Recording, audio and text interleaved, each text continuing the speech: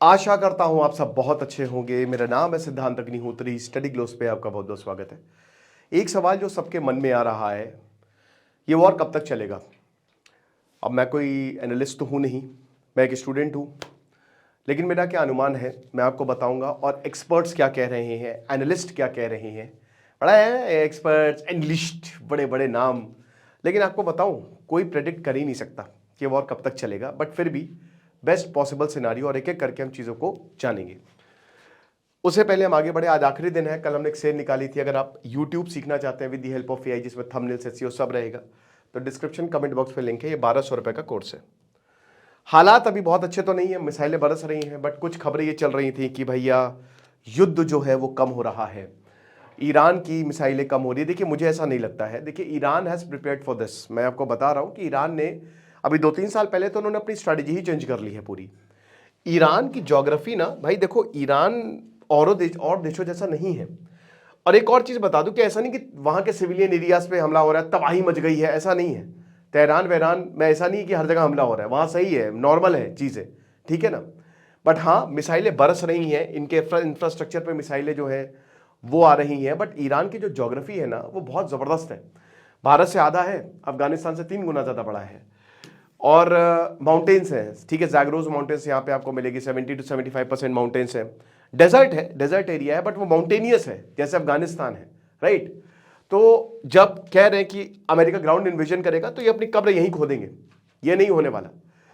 तो ईरान ने बहुत अंडरग्राउंड मिसाइल सिटीज बनाई हुई है उन्होंने, और उन्होंने ना अपनी स्ट्रैटेजी ही बदल ली है। उन्होंने एक तरीके से अमेरिका और इजराइल को समझ लिया है। उनको पता है कि ये कैसे हमला कर सकते हैं। और अमेरिका और इजराइल ये बार बार हिंट देते रहते कि हम हमला कर देंगे। सबके पास आजकल इंटेलिजेंस है हर जगह, ठीक है। मोसाद की बात करते हैं, बट ईरान ने भी अपने जासूस छोड़ रखे हैं, उन्होंने प्रॉक्सीज बनाए हैं। तो इस डूम्सडे के लिए ईरान तैयार था। ईरान ने plan B, plan C, plan D बनाया हुआ है। अभी वो प्लान बी पे है। प्लान ए था कि भाई अगर मान लीजिए हमारी सुप्रीम लीडरशिप खत्म हो जाए तो हम क्या करने वाले हैं, आपके सामने है। सुप्रीम लीडरशिप खत्म हो गई, बहुत बड़ी ब्लंडर, बहुत बड़ी गलती जो डोनाल्ड ट्रंप ने की है।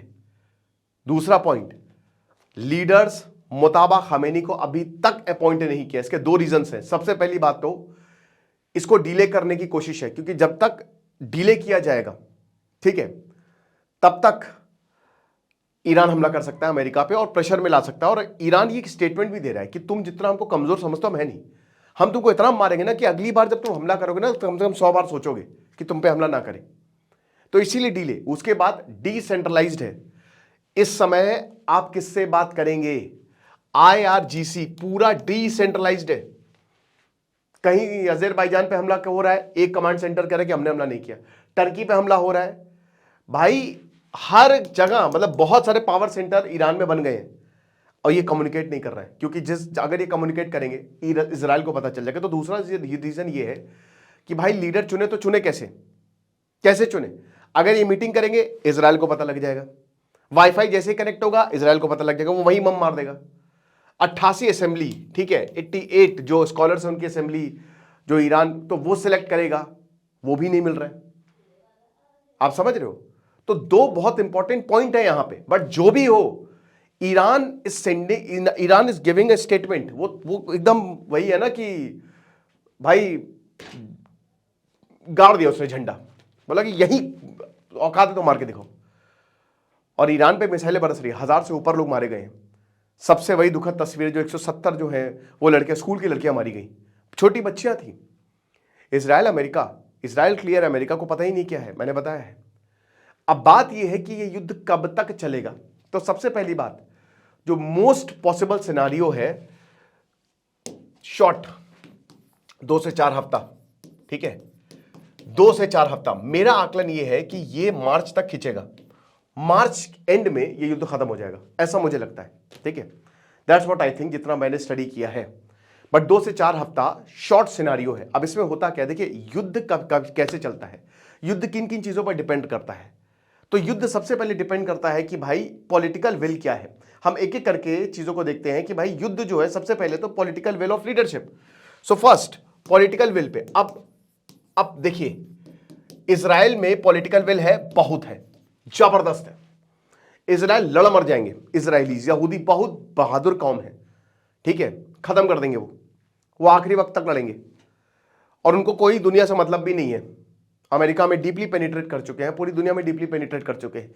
ईरान में है, आप देख ही सकते हैं, ईरान में तो ऐसी है कि ईरान बात करने को तैयार नहीं है कि हम मारेंगे फिर बात करेंगे, पहले ठोकेंगे उसके बाद टेबल पे आएंगे, ठीक है, कि भैया ना कि पहले मारा फिर पूछा फिर सवाल पूछा। अमेरिका में नहीं है, अमेरिका में पॉलिटिकल विल बिल्कुल नहीं है, डोनाल्ड ट्रंप पगला चुके हैं, वहां पे 90% लोग इस वॉर के खिलाफ हैं, ठीक है। भारत के हित में है कि यह वॉर अभी इसी वक्त रुके, भारत मीडिएट कर सकता है, एक अच्छी अपॉर्चुनिटी है भारत के पास। एक मैं बहुत शानदार लेक्चर बनाऊंगा कि भारत कितना ताकतवर है, दुनिया का सबसे ताकतवर देश है, वो मैं आपको बताऊंगा। तो पॉलिटिकल विल जो है ईरान इजराइल के पास है, बट अमेरिका के पास नहीं है। बट और इस वॉर का सूत्रधार कौन है? अमेरिका है। यह वॉर अमेरिका ने शुरू किया, अब वो निकल नहीं पा रहे, क्योंकि देखिए यह भी बोला जा रहा है कि इनके पास तो खूब सारी मिसाइलें हैं, अलग अलग तरीके की मिसाइलें हैं। भाई ईरान के पास खोने के लिए कुछ नहीं है, अमेरिका और इजराइल के पास खोने के लिए बहुत कुछ है, राइट। ईरान ने अपना खो चुका है जो खोना था, अब अमेरिका इजराइल है, उनको देखना पड़ेगा। और आपने टॉप लीडरशिप मारी है, हुए होंगे प्रोटेस्ट ईरान में, बट उनके लीडर्स के पीछे पूरा ईरान खड़ा है, ये हमको समझना पड़ेगा। तो ईरान इजराइल तो है, अमेरिका में नहीं है। सेकेंड पॉइंट ये है कि इकोनॉमिक कंडीशन, इकोनॉमिक सपोर्ट, ठीक है। अब देखिए इसमें ईरान की इकोनॉमी वैसे ही खस्ता हाल है, ईरान की इकोनॉमी, उनके पास ज्यादा पैसा नहीं है, but Russia, China, north Korea को आप ऐसा वैसा मत समझिए, एडवांस्ड लोग हैं। कोरियंस जो है ना, कोरियन पेनिनसुला, यहां के लोग बड़े इंटेलिजेंट हैं, ये भी सर्वाइवर रहे हैं। तो साउथ कोरिया तो बढ़ गया आगे, नॉर्थ कोरियंस भी बहुत एडवांस है, वहां पे एजुकेशन कंपलसरी है। नॉर्थ कोरिया, रशिया, चाइना, अभी खबर यह आई है कि रशिया ने इंटेलिजेंस प्रोवाइड की है, और ईरान की का भी, उनका भी, जो वहां के लोग बड़े समझदार हैं, तो उन्होंने अपना इंटेलिजेंस प्रोग्राम बहुत जबरदस्त तरीके से चलाया है, और उन्होंने अपना मिसाइल प्रोग्राम 1980 से चल रहा है, वो लगातार मिसाइलें बना रहे हैं। हाँ उनके पास पैसा नहीं है, बट वो पाकिस्तान वाले स्ट्रक्चर है कि भैया खास खा लेंगे बट हमको हथियार चाहिए। तो इकोनॉमिक कैपेसिटी जो है, वेपन प्रोडक्शन की, फ्यूल की, मिलिट्री सैलरीज की, लॉजिस्टिक्स की, ये सब ईरान के पास है। हाँ पैसा, मैंने बताया ना कि ऐसे तो इकोनॉमी उनकी खस्ता हाल है, बट उनको सपोर्ट है, जैसे यूक्रेन को पूरी दुनिया का सपोर्ट है। इजराइल और अमेरिका के पास भी फंड्स की तो कोई कमी नहीं है, उनके पास भी पैसे की कोई कमी नहीं है, तो ये वॉर चल सकता है लंबा, बट अल्टीमेटली ईरान के ऊपर प्रेशर आएगा, ईरान परेशान होगा। अगर कोई पहले झुकेगा तो वो ईरानी है, अगर पैसे के मामले में बात करते हैं तो ये हमको समझना है। Then there are military resources, ठीक है, थर्ड डिपेंड करता है ये कि आपका मिलिट्री रिसोर्सेस कितने हैं। अब भाई देखो ईरान के पास, मैंने बताया जाता है कि 3 से 5 हजार तक उनके पास मिसाइलें हैं, और बहुत ज्यादा है मेरे भाई। पिछले जून में खबर थी कि हर महीने 100 मिसाइलें, अमेरिका के पास भी है, बहुत सारे वेपन्स हैं, ठीक है, इजराइल के पास भी अच्छी खासी मिसाइलें हैं। लेकिन बात यह है कि उनकी एक अभी खबर यह चली थी ना कि उनके जो डिफेंस सिस्टम है ना वो स्ट्रेन हो रहे हैं, उनके पास इतनी प्रोडक्शन कैपेसिटी है नहीं जितनी आपको चाहिए। एक्चुअली क्या है ना कि ईरान ने हर जगह हमला किया है, तो अब एक जगह हमला करोगे तो ठीक है, बट हर पे हमला करोगे और आपने पूरी सिक्योरिटी ली हुई है। ये पाकिस्तान से सौरभ कह रहे थे कि हमारा सऊदी के साथ डिफेंस पैक्ट है। अब एक बात बताओ भाई, ये जितने भी गल्फ कंट्रीज उनके पास तो डिफेंस सिस्टम है। ऑपरेशन सिंदूर में देखा पाकिस्तान के डिफेंस सिस्टम क्या उसकी औकात है, चाइना के डिफेंस सिस्टम के HQ-9 की। अगर ईरान मार देगा मिसाइल तो पाकिस्तानी खत्म हो जाएंगे, बच नहीं पाएंगे, 4 मिसाइल में ही खेल खत्म, क्योंकि इनको कोई डिफेंसिव सिस्टम नहीं है। तो ये किस मुंह से कह रहे हैं कि भैया हम ये युद्ध लड़ेंगे? अगर पाकिस्तान कूदेगा, भाई चलो गल्फ में तो पूरे अमेरिका के सिस्टम है, लेकिन यहां पाकिस्तान में तो है ही नहीं ना, क्या करोगे भाई? मिसाइल मारने से पहले जो मिसाइल जाती है, मैं आपको बता देता हूं, पहले यहां पे जो अमेरिका का एयरक्राफ्ट कैरियर है वो रोकता है उसे, फिर जब ये आगे जाती है जो पर्शियल गल्फ में, फिर यहां पे जो इन्होंने पूरा ये सऊदी अरेबिया और इराक में अपने जो एयर बेसेस बना रखे हैं वो रोकता है, फिर आगे जाती है तो इधर यहां पे रेड सी में रोकता है वो, फिर यहां पे मेडिटेरेनियन में यूके के डिस्ट्रॉयर्स, मतलब वहां पे डिफेंस सिस्टम यूके ने बना रखा है वो रोकता है, और जब इजराइल में पहुंचती है तो इनका भी डिफेंस सिस्टम है। पाकिस्तान में तो कुछ है नहीं है। तो मिलिट्री रिसोर्सेज की बात करते हैं तो ये है, ईरान के पास भी है, अमेरिका के पास भी है, इजराइल के पास भी है, जेट्स हैं, डिफेंस सिस्टम है, बट हाँ अमेरिका इजराइल के ज़्यादा एडवांस्ड है। बट दोस्तों इजराइल बहुत मेनी फ्रंट पे लड़ रहा है, वो लेबनान से भी लड़ रहा है, और अभी प्रॉक्सीज पूरी तरीके से इन्वॉल्व भी नहीं हुए। अगर ये प्रॉक्सीज पूरी तरीके से इन्वॉल्व हो जाते तो वॉर लंबा खिंच सकता है। तो जहां तक मिलिट्री रिसोर्सेज की बात है ना, वहां दोनों के पास ही रिसोर्सेस है, बट अमेरिका इजराइल के पास ज्यादा रिसोर्सेस है, ठीक है। उसके बाद दोस्तों चौथा, पब्लिक सपोर्ट। अब बड़ी बात है, क्या पब्लिक का सपोर्ट है, क्या लोग इस वॉर को सपोर्ट कर रहे हैं? और जैसा कि मैंने बताया, ईरान में सपोर्ट करे ना करे उनको कोई फर्क नहीं पड़ता, आईआरजीसी को मारना है, आईआरजीसी बस मार रही है, दैट्स इट, वो मार रही है। तो वहां ईरान पे तो कोई मतलब ही नहीं है कि आपको पब्लिक सपोर्ट है कि नहीं है। अमेरिका इजराइल है, इजराइल में तो पब्लिक सपोर्ट है, उनका देखिए मिक्स्ड है, बट मोर और लेस वो सपोर्ट करते हैं, ठीक है, क्योंकि उनका इतिहास ही ऐसा है। अमेरिका में बिल्कुल नहीं है, अमेरिका में पब्लिक सपोर्ट धीमे धीमे कम होता जा रहा है, बहुत ही कम हो गया है। तो पब्लिक सपोर्ट जो है ना, क्योंकि देखिए जब अमेरिका में अभी 5 से 6 अमेरिकन सोल्जर्स मारे गए हैं, तो जब वो देखेंगे कैजुअलिटी हो रही है, और वही बता रहे कि ईरान कह रहा था कि हमारे पास कोई खुफिया वेपन है, तो प्रॉब्लम होगी, ठीक है। देन उसके बाद अगला बहुत बड़ा पॉइंट होता है एलाइज। आपके पास कितने एलाइज हैं? देखिए ये एक्सेस ऑफ रेजिस्टेंस है जो कि अमेरिका इजराइल ने एक्सपोज किया है। ईरान को सपोर्ट है China Russia, but direct support नहीं है, इनडायरेक्ट सपोर्ट। अब ईरान कब तक चल पाएगा, ये बहुत बड़ी बात है। बाकी अमेरिका इजराइल को बहुत तगड़ा सपोर्ट है, पूरी दुनिया का सपोर्ट है, आप ये मान के चलिए। इस्लामिक कंट्रीज तक अमेरिका इजराइल को सपोर्ट कर रही हैं, तो वहां पे डेफिनेटली नंबर ज्यादा है। फिर उसके बाद लॉजिस्टिक्स और सप्लाई रूट्स, ये कौन कंट्रोल करता है? फ्यूल, एमुनिशन, स्पेयर पार्ट्स, ये अमेरिका इजराइल इसमें बहुत आगे है, बहुत ज्यादा आगे है, राइट। तो ये चीज, और स्ट्रेस, और द मोस्ट इंपॉर्टेंट थिंग, क्या आपके ऑब्जेक्टिव, ये war it's all about, it's not subjective और इमोशनल, इट्स ऑब्जेक्टिव। वॉर हमेशा ऑब्जेक्टिव के लिए ही होने चाहिए।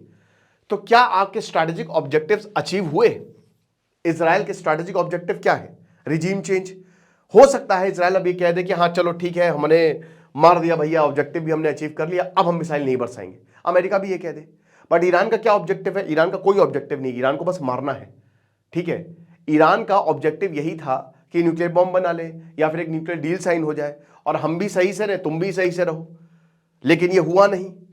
तो बात यह है कि अगर आपका स्ट्रैटेजिक ऑब्जेक्टिव अचीव हो जाते हैं तो वॉर जो है वो खत्म हो जाती है। बट क्या स्ट्रैटेजिक ऑब्जेक्टिव अभी अचीव हुए हैं? जवाब है नहीं। रिजीम चेंज हमको ऐसा दिखा नहीं। मिसाइल प्रोग्राम इनका अभी तक तबाह हुआ नहीं। हम कह रहे हैं कि मिसाइल खत्म हो गई है। अभी दोस्तों अबू धाबी में ब्लास्ट हुआ है, अगर मान लीजिए इनके पास मिसाइल ईरान के पास खत्म हो गई होती या इनके हमले कम होते, ऐसा लग तो नहीं रहा है एट एन फर्स्ट इंस्टेंट, वो तो अमेरिका क्लेम कर रहा है, बट वो हमले तो लगातार करता जा रहा है। तो मीडियम, हमने आपको शॉर्ट सिनारियो बताया था, मीडियम सिनारियो ये 3 महीने तक भी वॉर चल सकता है। अब इसमें इराकी मिलिशियास या ईरान ने जो अपने प्रॉक्सीज ग्रुप खड़े किए, अगर वो इसमें शामिल हो जाते हैं तो फिर लंबे समय तक, वैसे तो शामिल ही है नो डाउट, वो भी लड़ रहे हैं, ठीक है। करंट सिचुएशन वही है कि अभी कोई नहीं बता सकता कि वॉर कितने लंबे समय तक चलेगा, बट हाँ अब टिपिंग पॉइंट आएगा, एक सैचुरेशन पॉइंट आएगा, दोनों का ही आएगा। जैसे पिछली 12 डे वॉर, पिछली बार 12 दिन तक वॉर चला था और अमेरिका आखिरी में आया था और बोला कि चलो लड़ाई माफ करो, साथ में काम करते हैं। ये चीज है, अमेरिका कह रहे हैं कि युद्ध कम हो रहे हैं, मिसाइल हमले कम होने लगे हैं, बट वही बता रहे कि ऐसा दिख तो रहा नहीं है। ईरान तो लगातार हमला करता जा रहा है। अब स्ट्रेट ऑफ हॉर्मुज को भी ब्लॉक कर दिया। मान लीजिए कि ईरान अगर स्ट्रेट ऑफ हॉर्मुज को खुला रखता है तो भी बात है। देखिए बातचीत के लिए डोनाल्ड ट्रंप ने बोला है कंडीशन कि सरेंडर करो, तो ईरान ने मना कर दिया कि कोई सरेंडर नहीं होगा, हम मारते जाएंगे मारते जाएंगे मारते जाएंगे। तो ये चीजें हैं। अब कुछ बिग इवेंट्स हैं जिसकी वजह से ये वॉर रुक सकता है। सबसे पहली बात, एक कोई डिप्लोमेटिक डील हो जाए। अब अमेरिका, रशिया, चाइना, हो सकता है अगर ये कोई ऐसे पॉइंट पे पहुंच जाए, कॉमन पॉइंट पे पहुंच जाए, या बड़े बड़ी सुपर पावर्स जो हैं वो इस युद्ध में आए, या फिर न्यूक्लियर का खतरा हो। अब देखिए रशिया चाइना डायरेक्टली तो इन्वॉल्व नहीं हो रहे। देखिए रशिया को तो फायदा है एक तरीके से, अगर आप देखो, क्योंकि रशिया का तेल अब बिकेगा, तगड़ा बिकेगा, स्ट्रेट ऑफ हॉर्मुज बंद है, तो उसको तो फंड आ सकती है। चाइना के लिए बहुत नुकसान है, चाइना का सब कुछ यहीं से आता है, और भारत के लिए भी बहुत नुकसान है। तो भारत नहीं चाहेगा, देखिए एलपीजी के दाम बढ़ गए, और बढ़ गए, घटेंगे नहीं। तो ये दोनों देश तो नहीं चाहेंगे कि वॉर लंबे समय तक चले, और इसीलिए ईरान मार भी रहा है। ईरान ने टर्की को मारा है, टर्की और ईरान का ठीक है मतलब, लेकिन ऐसा भी नहीं कि बहुत ही बड़े दुश्मन है। ओमान को मारा, ओमान में तो बेस भी नहीं है, मैंने बताया था आपको। अजरबैजान को मारा। तो भाई बात यह है ना कि ईरान इकोनॉमिक पैरालिसिस चाहता है कि ये देखिए जितने भी देश है ना, जब इनको मार पड़ेगी सब ट्रंप के पास जाएंगे, ट्रंप को बोलेंगे आप युद्ध रुकवाइए, तो प्रेशर क्रिएट होगा। तो डिप्लोमेटिक सोल्यूशन क्वाइट, एक सीज फायर एग्रीमेंट जो है वो साइन हो सकता है। अब इसमें अगर एक भी साइड अपने मिलिट्री ऑब्जेक्टिव को अचीव कर ले तो काम हो जाएगा। बट वही बता रहे हैं कि अभी तक कोई भी मिलिट्री ऑब्जेक्टिव जो है वो अचीव नहीं कर पाए हैं। इजराइल के बोल दे कि या तो अब देखिए ये हो सकता है कि अगर अमेरिका को प्रॉब्लम होने लगे ज़्यादा तो इजराइल और अमेरिका बोल दे कि हाँ ठीक है, हमने ऑब्जेक्टिव अचीव कर लिया, हमने इनकी मिसाइल फैसिलिटी को खत्म कर दिया है, इनकी न्यूक्लियर फैसिलिटी को खत्म कर दिया और हमने डेटरेंस जो है वो हो गया है हमारा, तो काम बढ़िया है। डोमेस्टिक प्रेशर, अब देखिए डोमेस्टिक प्रेशर तो अमेरिका में हो सकता है, बाकी दोनों देशों में तो हाईली अनलाइकली है ये। ईरान में तो कोई मतलब है नहीं डोमेस्टिक प्रेशर का।